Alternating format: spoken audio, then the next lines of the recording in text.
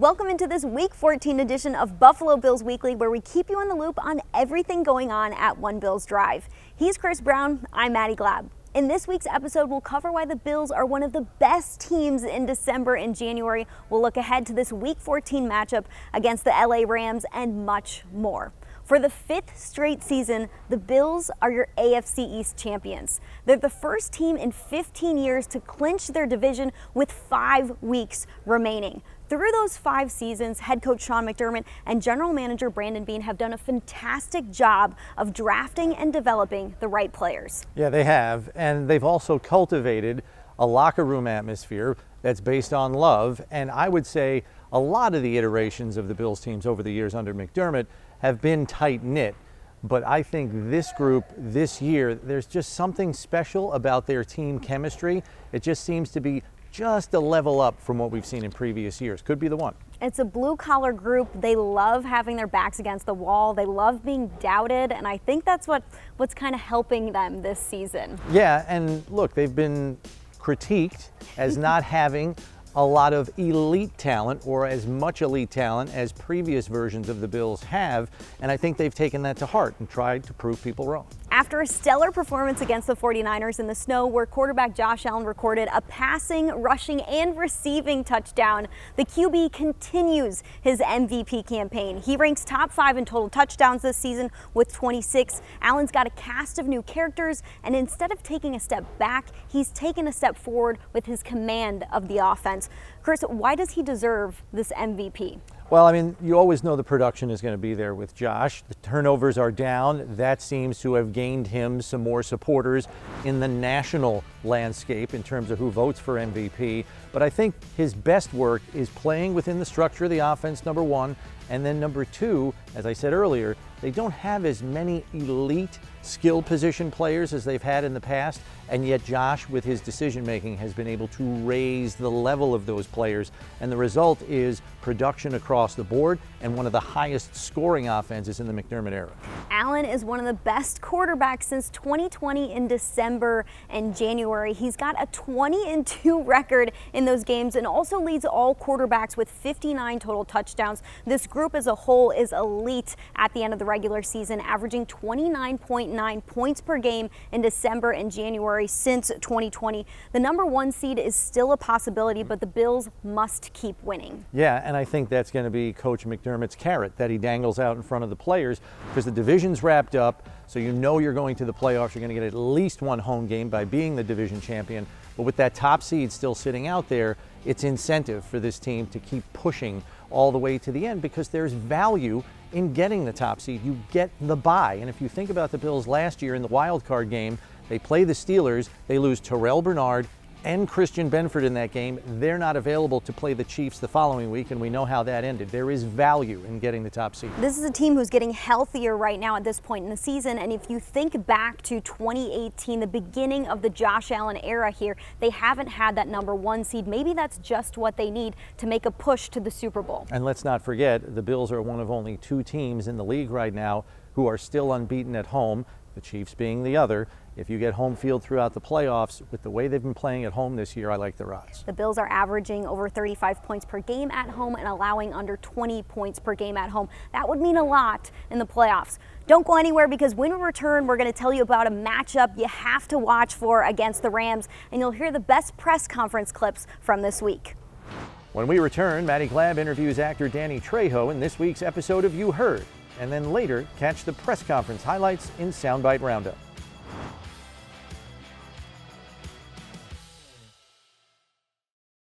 This is Danny Trejo, and you just heard.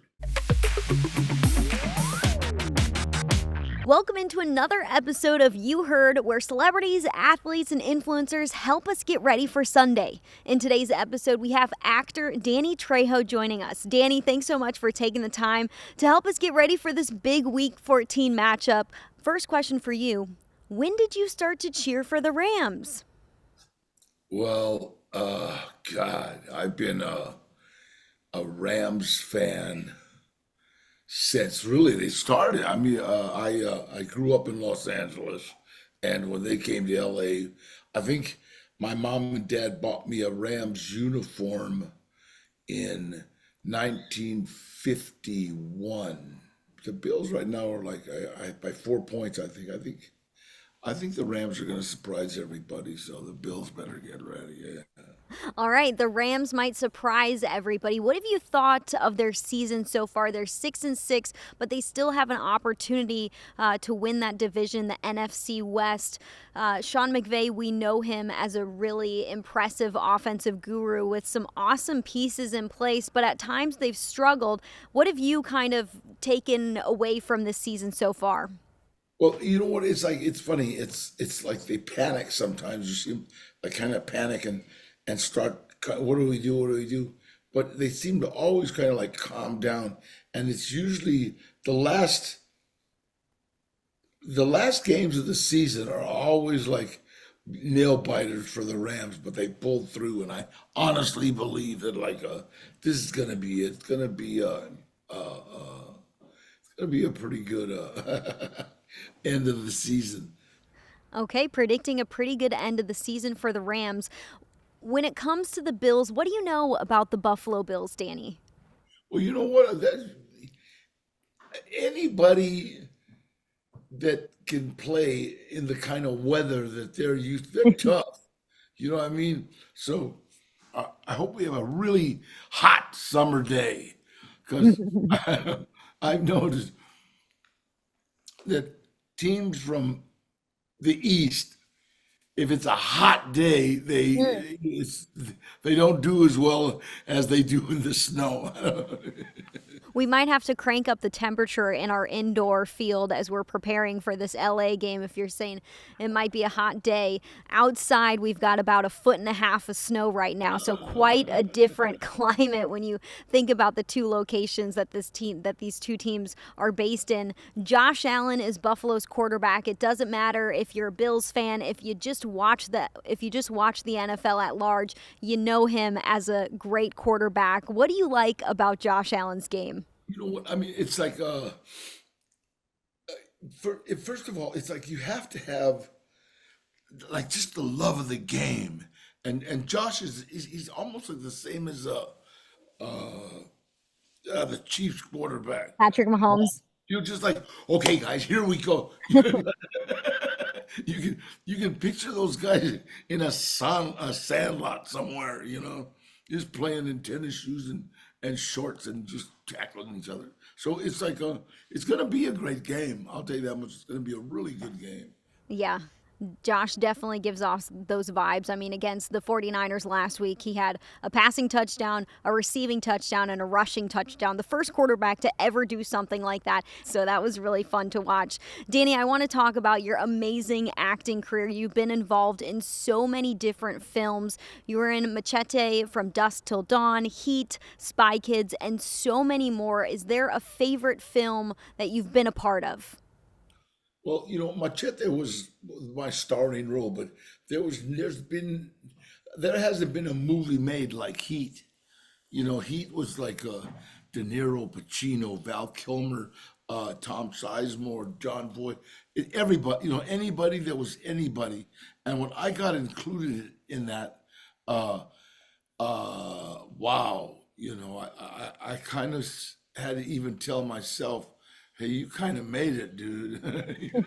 and uh, and it's funny because I did Heat, and then we asked Robert De Niro if he would do Machete with us, and he was sure, yeah, do anything for Dan. I was like, so he came in and did Machete, which was automatically, and it was funny because every time I was fan struck. Robert De Niro says, and every time I would see him, I'd always imitate him. I go, "You, hey, you, number one, you."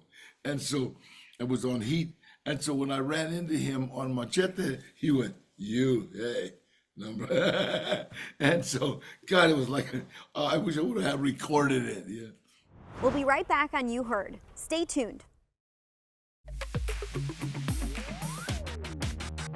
Since you've been a part of so many different films, you spoke about De Niro. Is there any favorite actor or actresses that you've been able to work alongside with? You know what? I have worked around some of the most beautifulest women in the world. unbelievable. Like you, it's like Selma Hayek is absolutely stunningly gorgeous. And she asked me, well, Danny, what are you doing on Thanksgiving? And I said, oh, my kid's mom takes them up with grandma and they go up north. And she said, well, what do you do? I said, I'll get some chicken pot pie somewhere. She invited me to her house for Thanksgiving and with her family because she didn't want me to be alone. I thought, wow, that is just like, to think of somebody, that you've just worked with, and it was like just a really nice Thanksgiving, and more and more you find that people that are blessed with this work that we have just really try to be grounded. Yeah. The people So that don't, and they don't last. So cool. I'm sure you've got like a top 3 list in your mind of people that you've worked alongside of. Are there a few people that you've been starstruck to come across to be a part of your films, to be on set with you? You know, uh, Ashley Judd. I worked with Ashley Judd, amazing lady. De Niro, Al Pacino. Val Kilmer's been my friend for years, and I. It's funny because Val had a jacket, right? A leather jacket. I touched. I said, now that's a leather jacket, right? Beautiful jacket. And then 3 days later, I seen this jacket hanging in my dressing room, right? And wow, and that it was that same kind of jacket, He's a sweetheart. I gave him a key that said, "I'll be your Huckleberry." I I I still think he should have won an Oscar for Doc Holliday.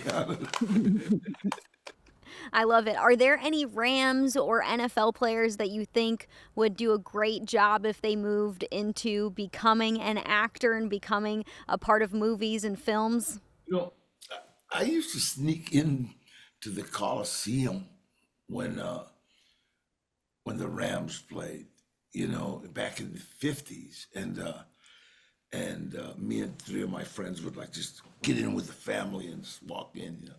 And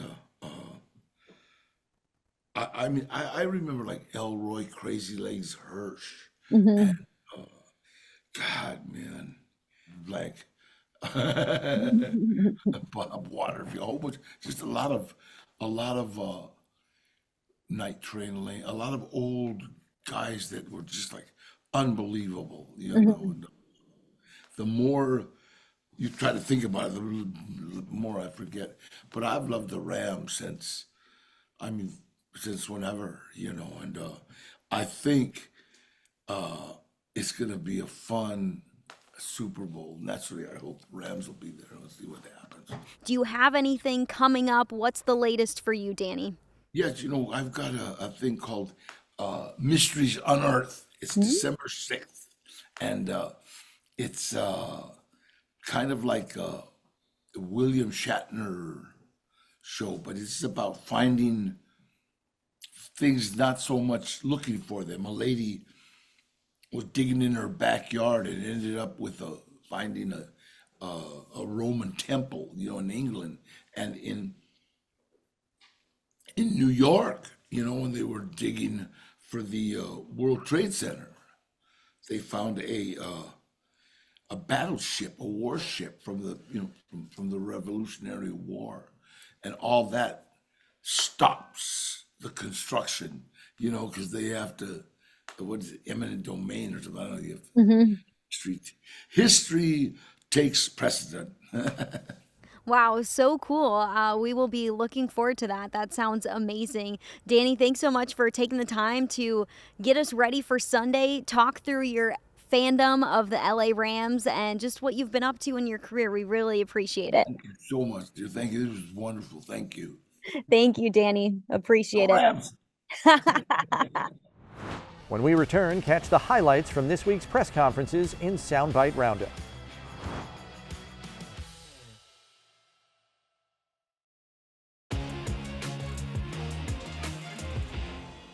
Sound not about me at all. This team is going to win ball games with me in this locker room or not.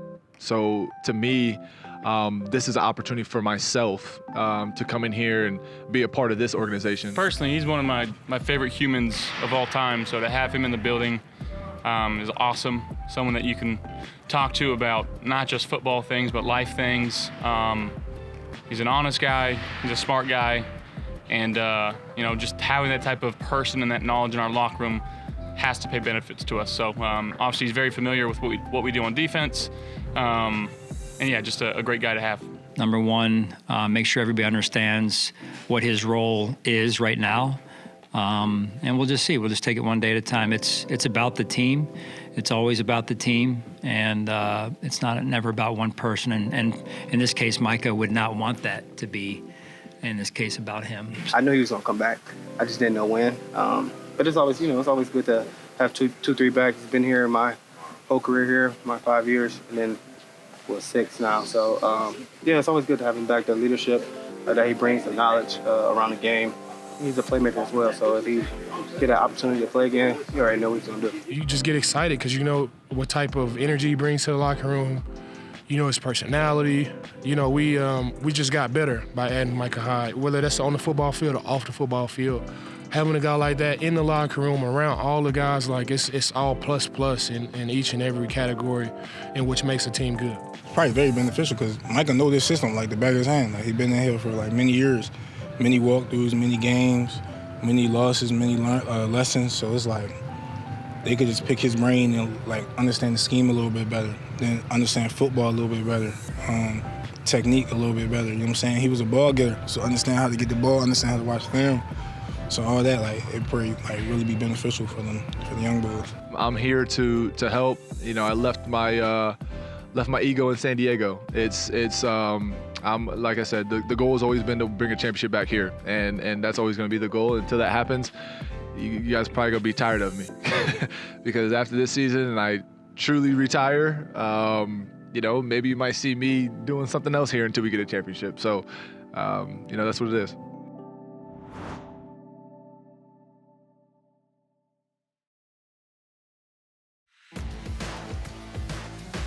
Welcome back into Buffalo Bills Weekly. The Bills head to LA this week to take on the Rams in Week 14. The Rams have talent across the board. They've got a young and a hungry defensive line with the Defensive Rookie of the Year favorite in Jared Verse. They've got talented receivers and a running back in Kyron Williams, who's top 5 in rushing yards this season.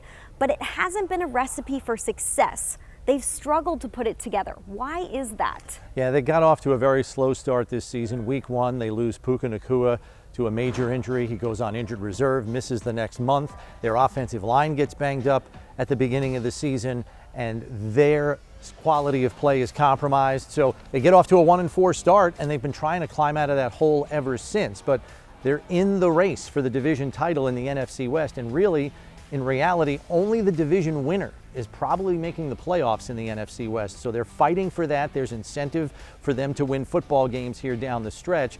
And with that wide zone run game that Sean McVay likes to employ, along with Nacua and Cooper Kupp outside, they really put defenses in conflict. They're 6-6 this season, 20th on offense, averaging just 21 points per game. The matchup to watch this week is an exciting one because it's in the red zone. The Bills tie for third best scoring touchdowns in the red zone 67% of the time, and LA's defense also one of the best. They rank 6th, allowing touchdowns just 47% of the time in the red zone.